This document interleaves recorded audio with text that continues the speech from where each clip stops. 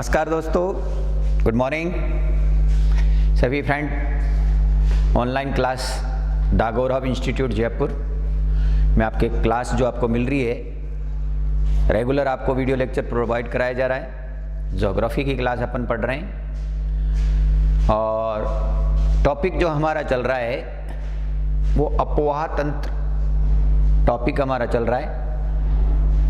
अपवाह तंत्र में आंतरिक अपवाह तंत्र हम पूरा पढ़ चुके हैं। उसके बाद में अरब सागरीय अपवाह तंत्र की हम पूरी कंडीशन देख चुके हैं। लास्ट अंतिम स्टेप इस अपवाह तंत्र की वो है बंगाल की खाड़ी के अपवाह तंत्र की। तीसरा भाग है ये अपवाह तंत्र का। फर्स्ट आंतरिक हो गया, दूसरा अरब सागर का हो गया, तीसरा बंगाल की खाड़ी का। तो बंगाल की खाड़ी के अपवाह तंत्र की स्थिति में महत्वपूर्ण नदी है चंबल।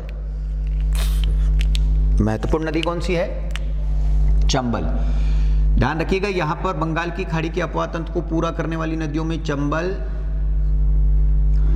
बनास और गंभीर,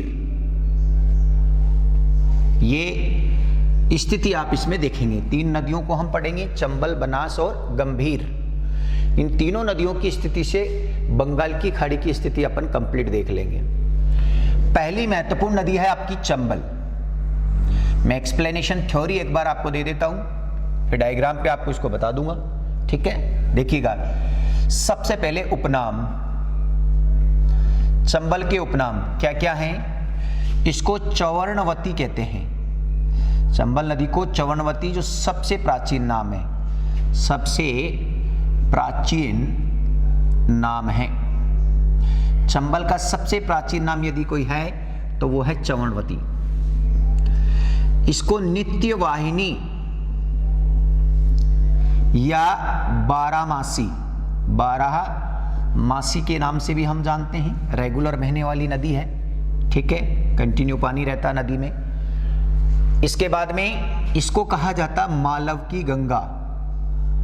मालव की गंगा के नाम से हम इसको जानते हैं। चवर्णवती, नित्यवाहिनी, बारहमासी, मालव की गंगा और राजस्थान की कामधेनु। राजस्थान की कामधेनु, धेनु भी कहा जाता है। यह स्थिति आप चंबल नदी पर देखेंगे उपनाम की स्थिति में। अगला पॉइंट आप जब देखेंगे, अगली स्टेप जब आप देखेंगे चंबल की, तो देखिएगा उद्गम स्थल। उद्गम स्थल, इसका उद्गम जो स्थल है वो मध्य प्रदेश, एमपी।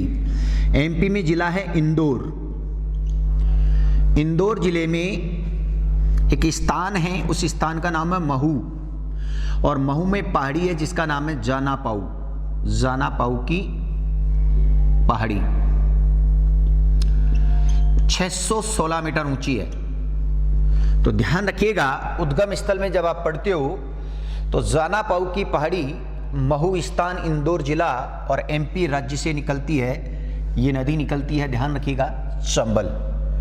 इसके बाद में अपवाह तंत्र या प्रवाह तंत्र की अपन जो बात कर रहे हैं, तो एमपी में ये नदी जो है इंदौर, भिंड, ध्यान रखिएगा, भिंड, मुरैना और मंदसौर, इन 4 जिलों में बहती है।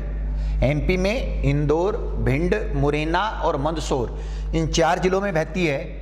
इसके बाद में दूसरा स्टेट आपका है राजस्थान।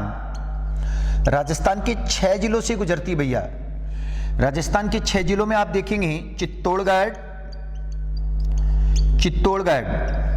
से कोटा से बूंदी, सवाई माधोपुर, करौली और धौलपुर।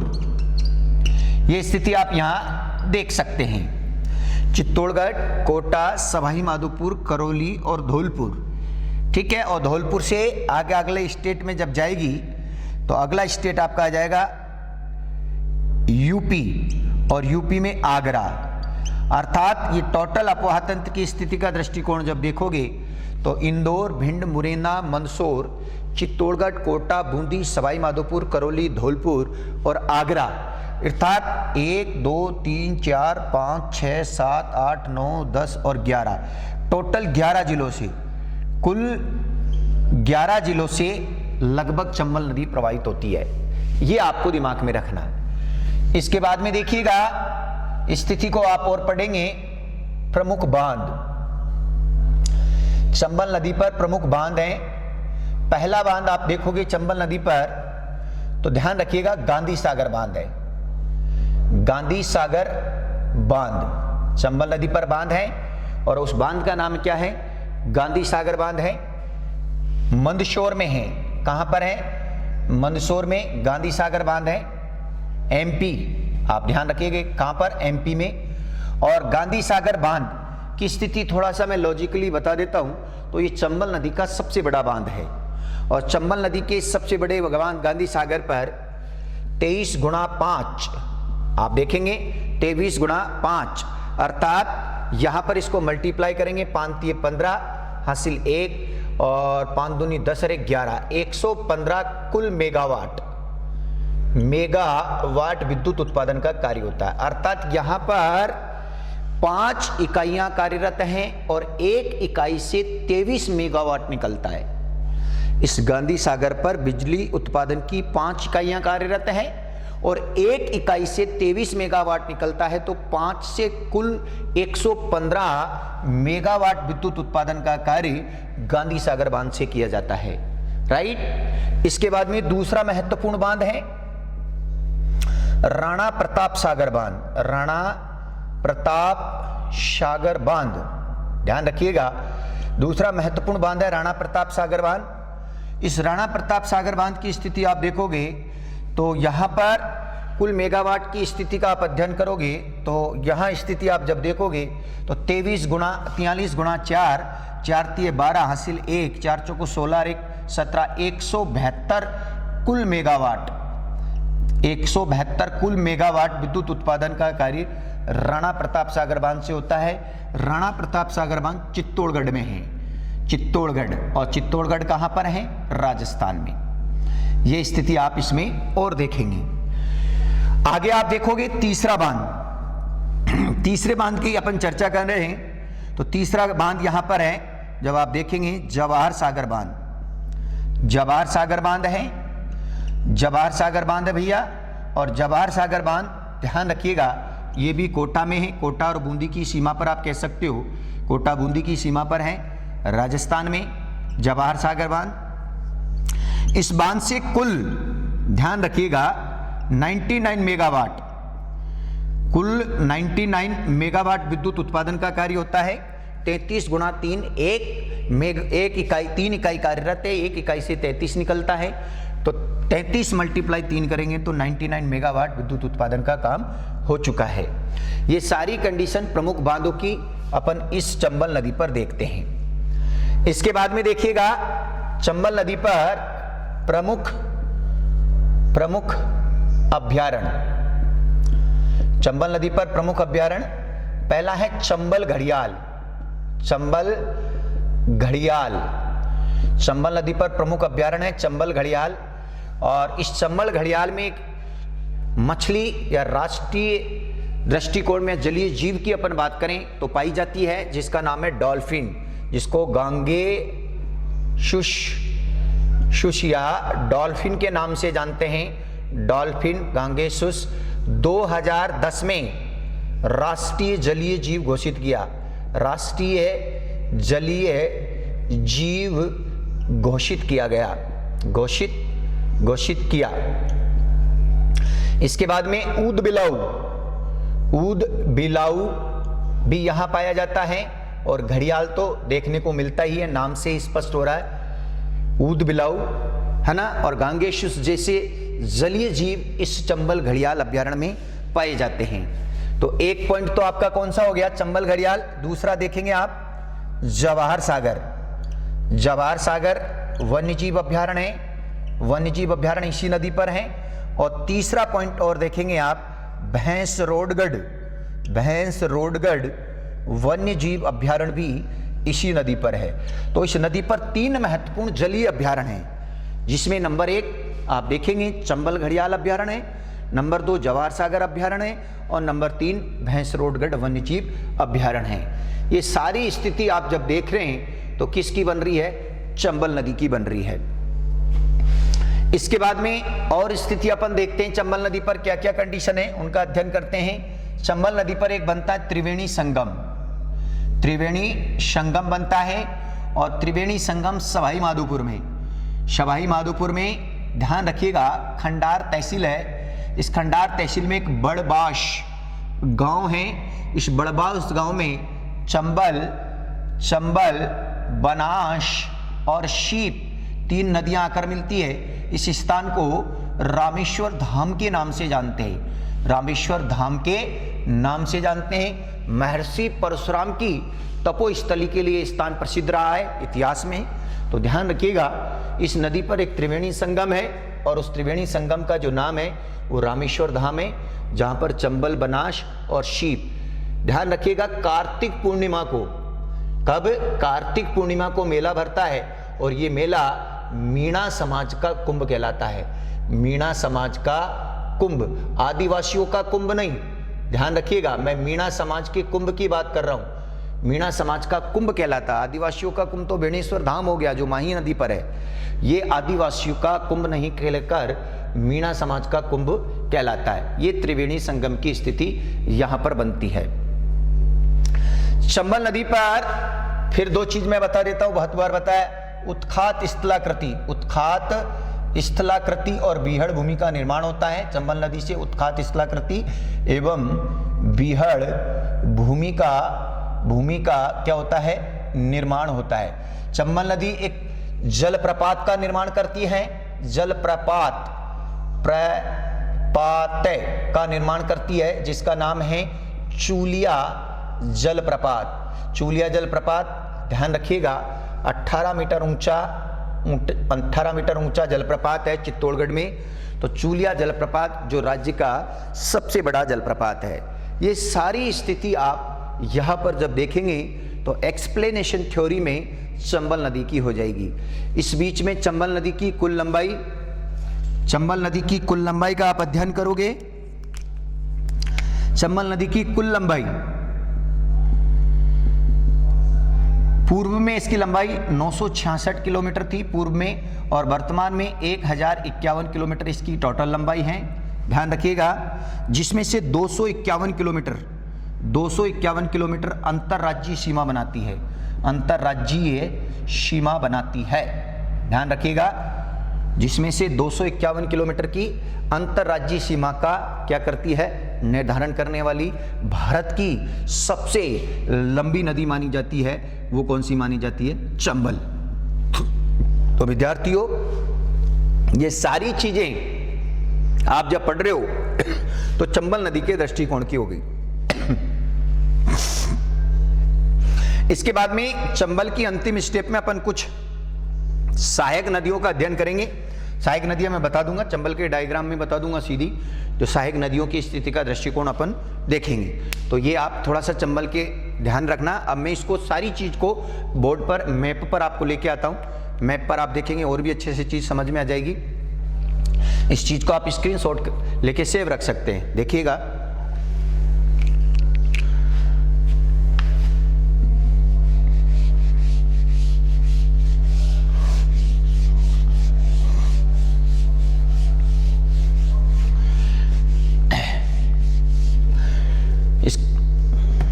यदि आप चीज देखोगे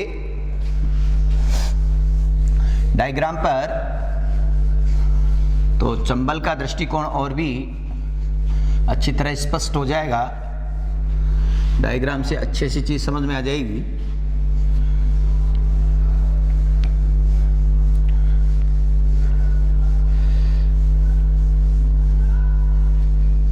चंबल नदी की स्थिति का जब आप अध्ययन कर रहे हो तो उद्गम से लेकर अंतिम स्टेप मिलान तक होने वाली जो भी एग्जाम के दृष्टिकोण से क्वेश्चनों की श्रृंखला बनती है उसका आप अध्ययन करेंगे।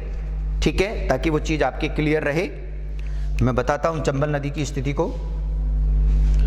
देखिएगा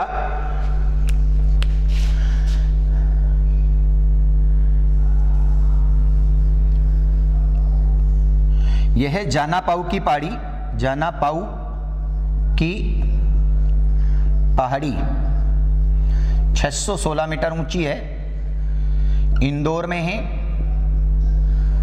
ठीक है। और 616 मीटर ऊंची इंदौर में इस जानापाऊ की पहाड़ी से ये चंबल नदी निकली, राइट। ये चंबल नदी की स्थिति आप इसमें देख सकते हैं, ये चंबल नदी जा रही है। और मैं बता चुका हूं इंदौर से नदी भिंड, राइट, भिंड से मुरैना, राइट, और मुरैना से मंदसौर। यहां पर ये स्थिति जब आप देखोगे तो इस तरह से कंडीशन बनेगी। अब क्या हुआ, मंदसौर में आकर चंबल नदी ने, मंदसौर में आकर, मैंने बोला था चंबल नदी, मंदसौर में आकर चंबल नदी एक बांध का निर्माण करती है। हम स्पष्ट ये चीज पढ़ चुके थे कि चंबल नदी एक बांध का क्या करती है, निर्माण करती है। और इस बांध का जो नाम है वो नाम आपको बता चुका हूं मैं, अभी एक्सप्लेनेशन थ्योरी में मैंने बताया था। चंबल नदी एक बांध का निर्माण करती है, उस बांध का नाम है, क्या नाम है भैया, गांधी सागर बांध। ये बांध है जिसका नाम है गांधी सागर बांध, गांधी सागर बांध है। और कुल गांधी सागर बांध से मैं फिर दोबारा रिवाइज कर रहा हूं, 23 × 5 कुल 115 मेगावाट विद्युत उत्पादन, मेगावाट विद्युत उत्पादन का काम होता है।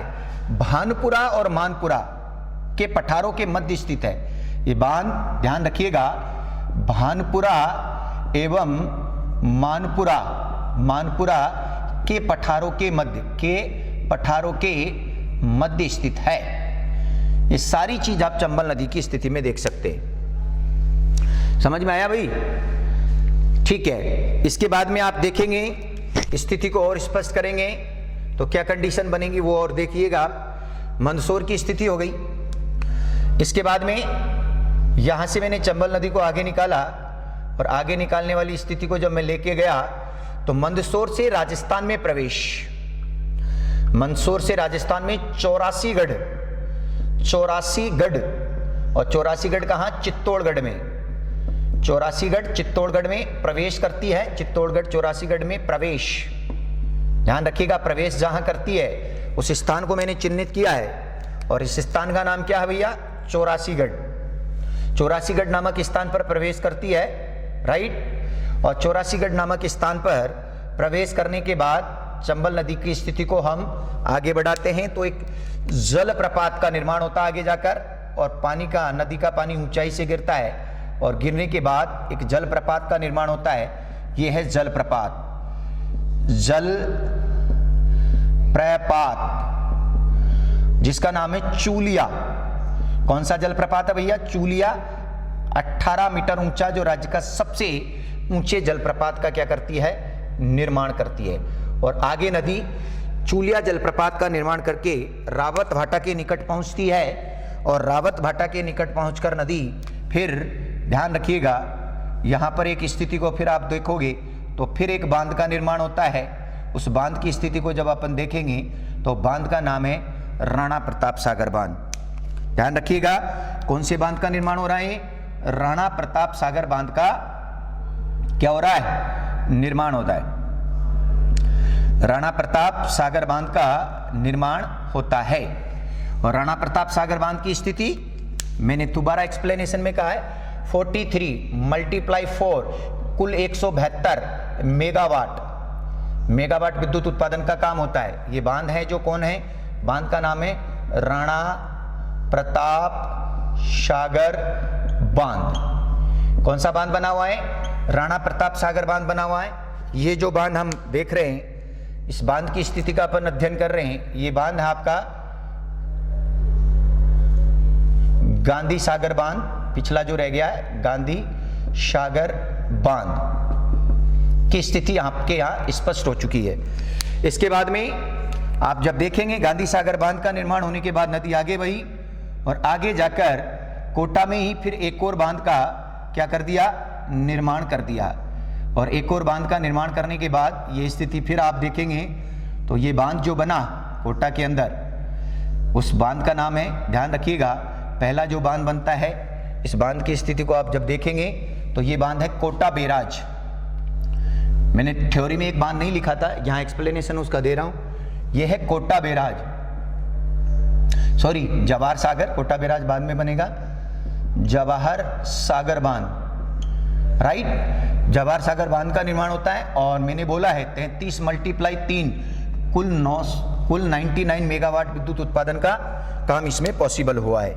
तो ये स्थिति आप जब देखेंगे तो किस बांध की हो गई आपके पास, ध्यान से देखेंगे। ये स्थिति जब हुई तो आपके पास ये बांध की जो स्थिति हुई, ये बांध है आपका जवाहर सागर बांध, ठीक है, जवाहर सागर बांध है ये। और इस जवाहर सागर बांध से कुल मेगावाट जो निकलता है वो 99 मेगावाट निकलता है।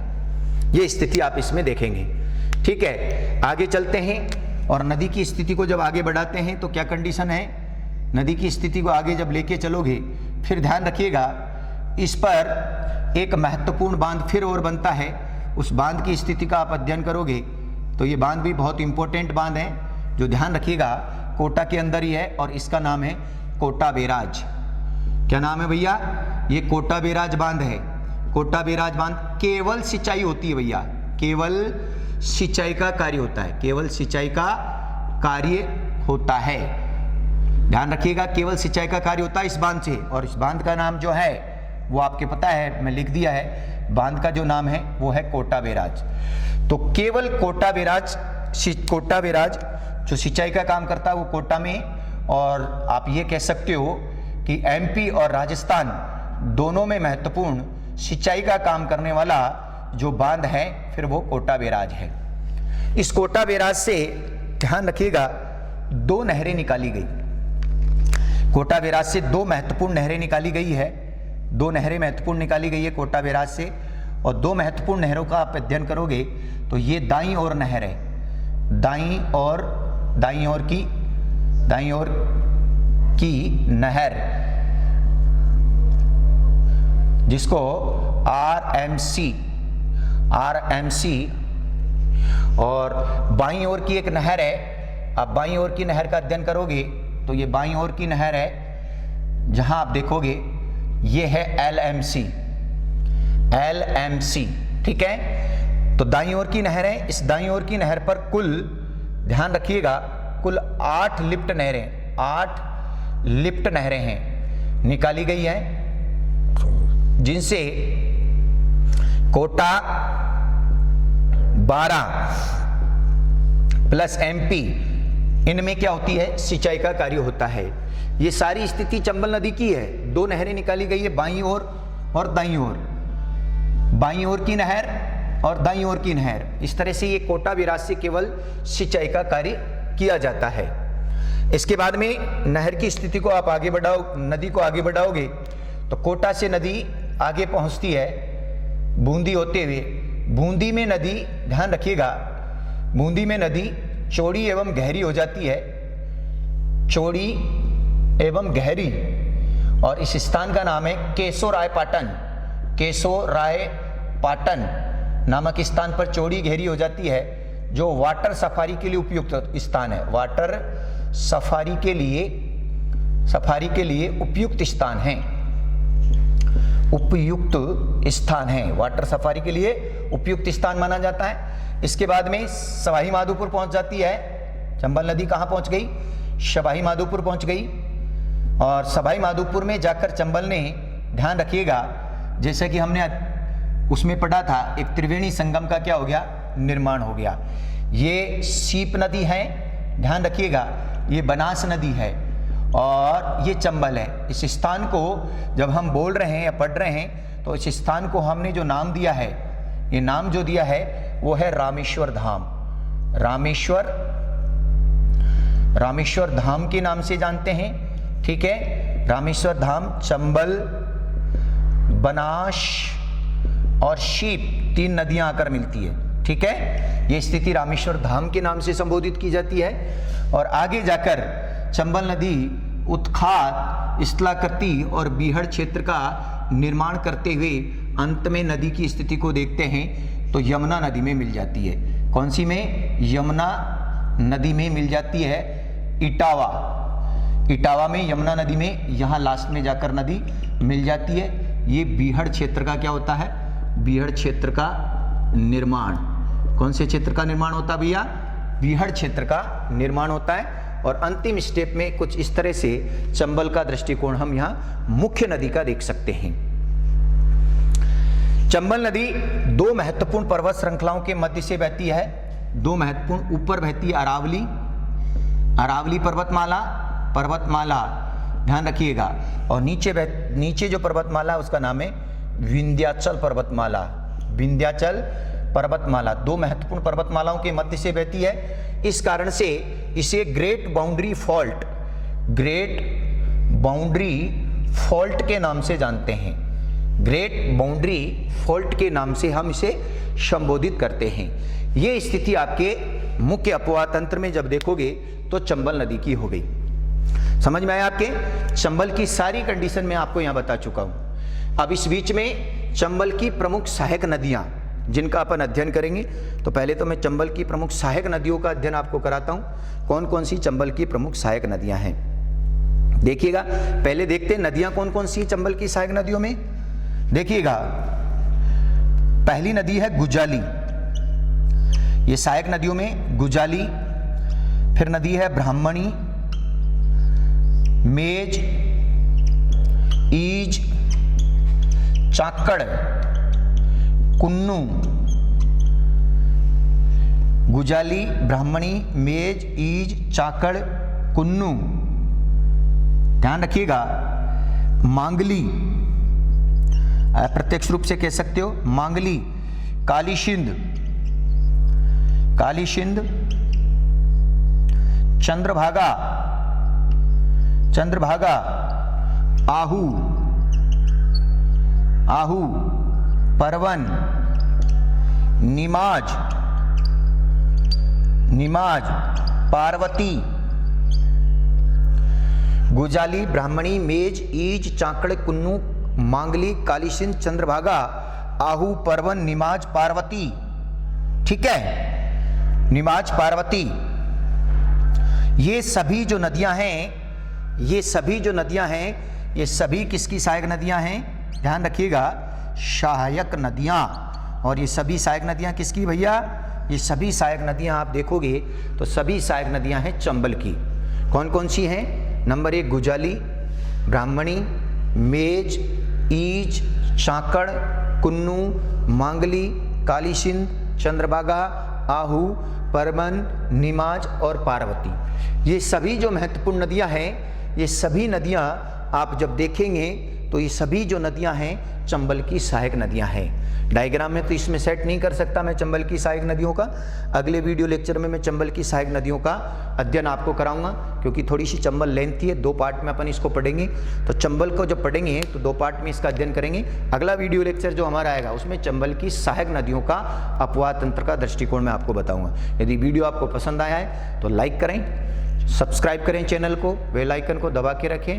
फ्रेंड और जो दोस्त आपके हैं, फ्रेंड दोस्त जो भी हैं, फेसबुक व्हाट्सएप ग्रुप पर वीडियो को अधिक से अधिक शेयर करें। और धन्यवाद।